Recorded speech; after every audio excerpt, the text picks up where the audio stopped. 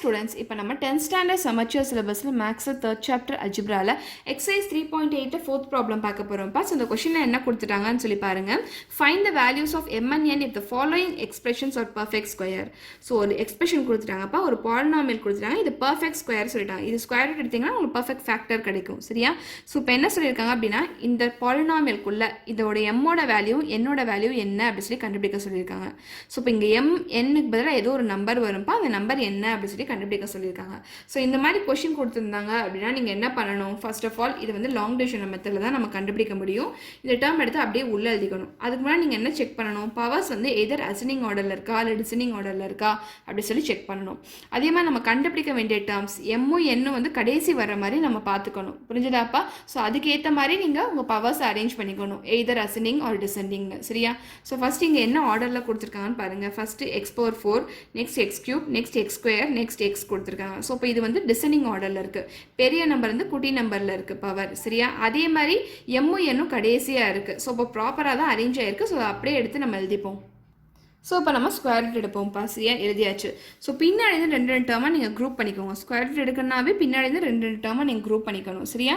So இப்போ இந்த term மட்டும் மிச்சம் இருக்கும், இதை அப்படியே விட்டுருங்க.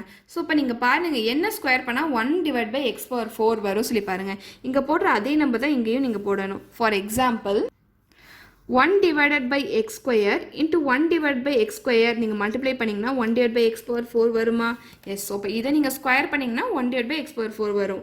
1/x² into 1/x² மல்டிப்ளை பண்ணிங்கன்னா 1/x⁴ வரும். ஸோ இப்போ இது ரெண்டுத்தையும் மல்டிப்ளை பண்ணி நீங்கள் எழுதுங்க. உங்களுக்கு என்ன வரும்? 1/x⁴ வரும். ஸோ இப்போ நீங்கள் சைன் சேஞ்ச் பண்ணுங்கள். இது கேன்சல் ஆயிருமா? எஸ், கேன்சல் ஆயிரும். நெக்ஸ்ட் இந்த பேர் நீங்கள் இறக்கிக்கோங்கப்பா.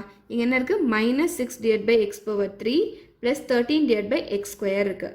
ஸோ இப்போ நீங்கள் என்ன பண்ணுங்கன்னா இந்த கோஷன்ட்டோட நீங்கள் 2 மல்டிப்ளை பண்ணிக்கோங்க. ஸோ 1/x² into 2 மல்டிப்ளை பண்ணிங்க அப்படின்னா உங்களுக்கு என்ன கிடைக்கும்? 2/x² கிடைக்கும். ஸோ இப்போ இந்த 2/x² அப்படியே நீங்கள் போட்டுக்கோங்க.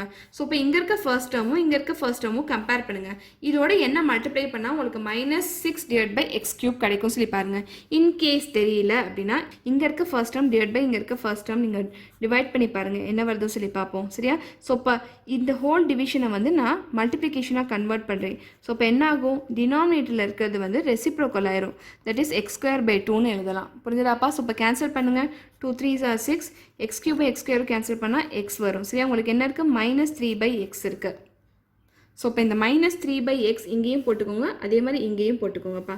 சரியா? ஸோ இப்போ என்ன பண்ணுங்கன்னா இந்த -3/x இதை நீங்கள் ஃபுல் டேர்ம் மல்டிப்ளை பண்ணுங்கள். ஸோ உங்களுக்கு என்னப்பா வரும்?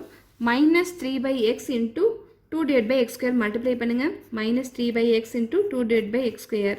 ஸோ மல்டிப்ளை பண்ணிங்க அப்படின்னா நியூமரேட்டர் மல்டிப்ளை பண்ணால் -6 வரும். இங்கே மல்டிப்ளை பண்ணிங்கன்னா x³ வரும். புரிஞ்சுதாப்பா? ஸோ இப்போ இந்த -6/x³ அப்படியே போட்டுக்கோங்க. ஸோ நெக்ஸ்ட் இந்த ரெண்டு டேர்ம் மல்டிப்ளை பண்ணுங்கள். -× -+ ஆயிரும்.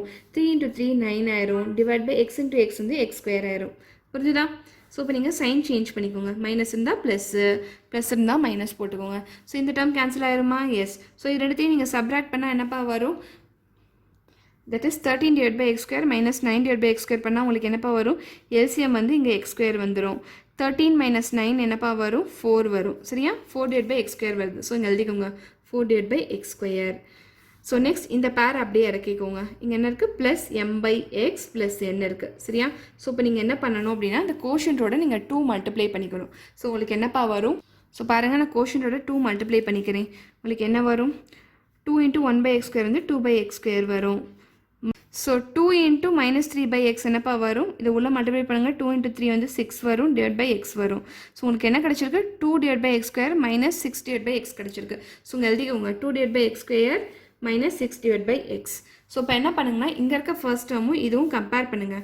2/x² என்ன மல்டிப்ளை பண்ணால் 4/x² நம்ம கிடைக்கும் சொல்லி பாருங்கள். இன்கேஸ் தெரியல அப்படின்னா இங்கே இருக்க ஃபர்ஸ்ட் டேர்ம் இங்கே இருக்க ஃபர்ஸ்ட் டேர்ம் பண்ணுங்கள். That is 4/x² the whole divided by 2/x² பண்ணுங்கள். சரியா?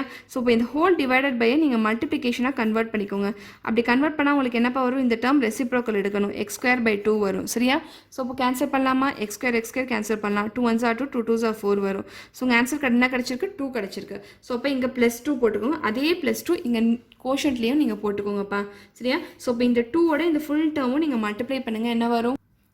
2 into 2 divided by x square என்னப்பா வரும் நீங்கள் வேணால் மல்டிப்ளை பண்ணி பாருங்கள் 2 into 2 divided by x square என்ன வரும் 4 by x square வரும் சரி அப்போ இந்த 4 by x square இங்கே போட்டுக்கோங்க ஸோ நெக்ஸ்ட் வந்து மைனஸ் இன்ட்டு ப்ளஸ் வந்து மைனஸ் 6 by x into 2 வந்து 12 by x வரும் ப்ளஸ் இன்ட்டு ப்ளஸ் ப்ளஸ் வரும் 2 into 2 வந்து 4 வரும் ஸோ இப்போ நீங்கள் சைன் சேஞ்ச் பண்ணிக்கோங்க மைனஸ் இருந்தால் ப்ளஸ் இருந்தால் மைனஸ் போட்டுக்கோங்க ஸோ இதை கேன்சல் பண்ணிட முடியுமா எஸ் ஸோ இப்போ என்ன சொல்லிட்டாங்க இந்த டேர்ம் வந்து பர்ஃபெக்ட் ஸ்கொயர் சொல்லிட்டாங்க ஸோ இப்போ ரிமைண்டர் உங்களுக்கு 0 தான் வரணும் ஸோ இப்போ இந்த ஈக்குவேஷன் நம்ம எழுதலாமா m divided by x plus 12 divided by x is equal to 0னு கிடைக்கும் இன்னொரு ஈக்குவேஷன் வந்து n minus 4 is equal to 0னு கிடைக்கும் ஸோ இப்போ இந்த டேர்மில் வந்து நீங்கள் எல்சிஎம் எடுங்க m plus 12 divided by x is equal to 0 அப்படி சொல்லி வருமா ஸோ x இந்த பக்கம் கொண்டு போங்க 0 into anything is 0 ஆயிரும் சரியாப்பா so m plus 12 is equal to 0னு வரும் ஸோ mோட வேல்யூ என்ன வரும் இந்த 12 இந்த பக்கம் போச்சுன்னா மைனஸ் 12 வரும் ஸோ நெக்ஸ்ட் நம்ம என்னோட வேல்யூ கண்டுபிடிப்போம் ஸோ இப்போ என்னோட வேல்யூ இங்கே என்ன வரும் மைனஸ் 4 இந்த பக்கம் போனால் ப்ளஸ் 4 ஆகும்